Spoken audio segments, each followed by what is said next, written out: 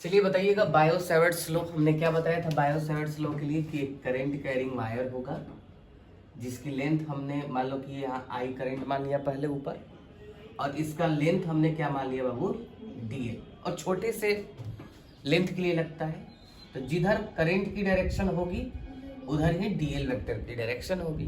ठीक, मैंने आर दूरी पर एक पी पॉइंट ले लिया था, यही बोला था। ठीक, अब इसकी वजह से हमने क्या बताया कि बायो सेवर्ट्स लॉ का क्या फॉर्मूला दिया था लोगों ने कि छोटे से वायर की वजह से छोटा सा मैग्नेटिक फील्ड आएगा। तो मैंने क्या बताया था बाबू, म्यू नॉट अपॉन 4 पाई। कोई दिक्कत? पहले वेक्टर फॉर्म लिख लेते हैं ना, I dl vector cross r vector, और अपॉन में क्या लिखूंगा, आर की पावर 3। ये फॉर्मूला था हमारा। ये हमारा हो गया हमारा कौन सा फॉर्म बाबू, वेक्टर फॉर्म। यदि मैं इसको स्केलर फॉर्म में तब्दील करने की कोशिश करूं तो मैं लिखूंगा म्यू नॉट अपॉन 4 पाई, आई अपनी जगह पे लिख लो, आर की पावर 3 भी अपनी जगह पे लिख लो। दो वेक्टर के बीच क्या है बाबू, क्रॉस है, तो साइन थीटा में तोड़ दूं तो मैं क्या लिखूंगा, D L R sine theta. देखो तो एक आर को क्या करेगा बाबू, शहीद कर देगा। तो क्या फॉर्मूला बन जाएगा स्केलर फॉर्म में, dB is equal to mu naught upon 4 pi I D L sine theta upon are की पावर कितना हो जाएगा बाबू, आसान तो है। ये हमारा हो गया वेक्टर फॉर्म और ये हो गया हमारा बाबू स्केलर फॉर्म। कोई दिक्कत इस बात से? ठीक है। अब यहाँ हमने क्या लिखा है बाबू, फाइनाइट वायर जिसमें झमाझम क्या हो रही है बाबू, करंट फ्लो हो रहा है, फाइनाइट वायर। तो कैसे, इसका क्या फॉर्मूला हमने बताया था आपको,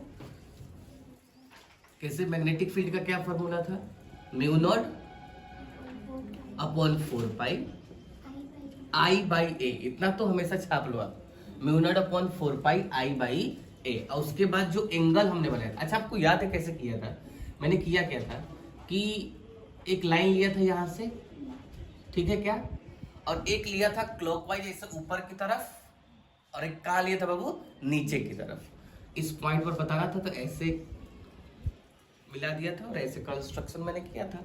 यहाँ से एंगल को हमने φ1 बोला था और यहाँ के एंगल को हमने क्या बोला था बाबू, φ2। एक क्लॉकवाइज तो एक एंटी क्लॉकवाइज, जैसे मैंने बता रखा था आपको। तो फॉर्मूला था mu naught upon 4 pi I by A sine φ1 plus sine φ2।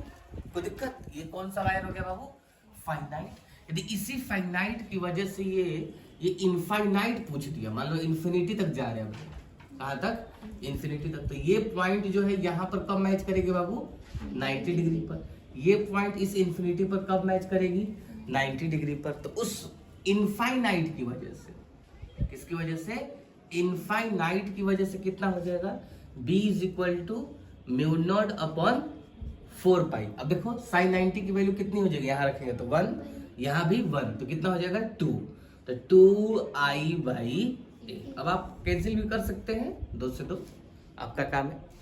तो ये हो गया हमारा फाइनाइट वायर और ये हो गया हमारा इनफाइनाइट। अब चलते हैं सेमी इनफाइनाइट। ऊपर इन्फिनिटी कर देते हैं और नीचे फाइनाइट कर देते हैं, निश्चित लेंथ कर देते हैं।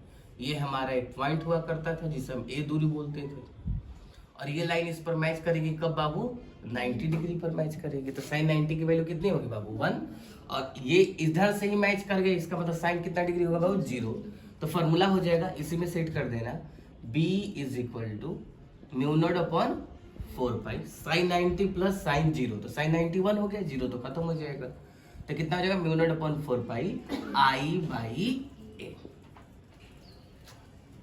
कोई दिक्कत इतनी सारी चीजों में? तो बायो सेवर्ट्स लॉ का क्या फॉर्मूला था, छोटे से भाग के लिए लगाया जाता है बाबू, ठीक है।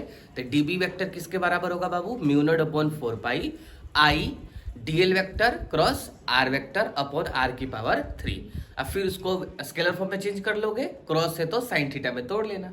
फाइनाइट वायर है बाबू, फाइनाइट वायर में हमने क्या फॉर्मूला बताया, mu naught upon 4 pi sine φ1 plus sine φ2। बस यही याद रखिएगा, फिर सेमी इनफाइनाइट फिर इनफाइनाइट का फॉर्मूला आप लोग बना दोगे।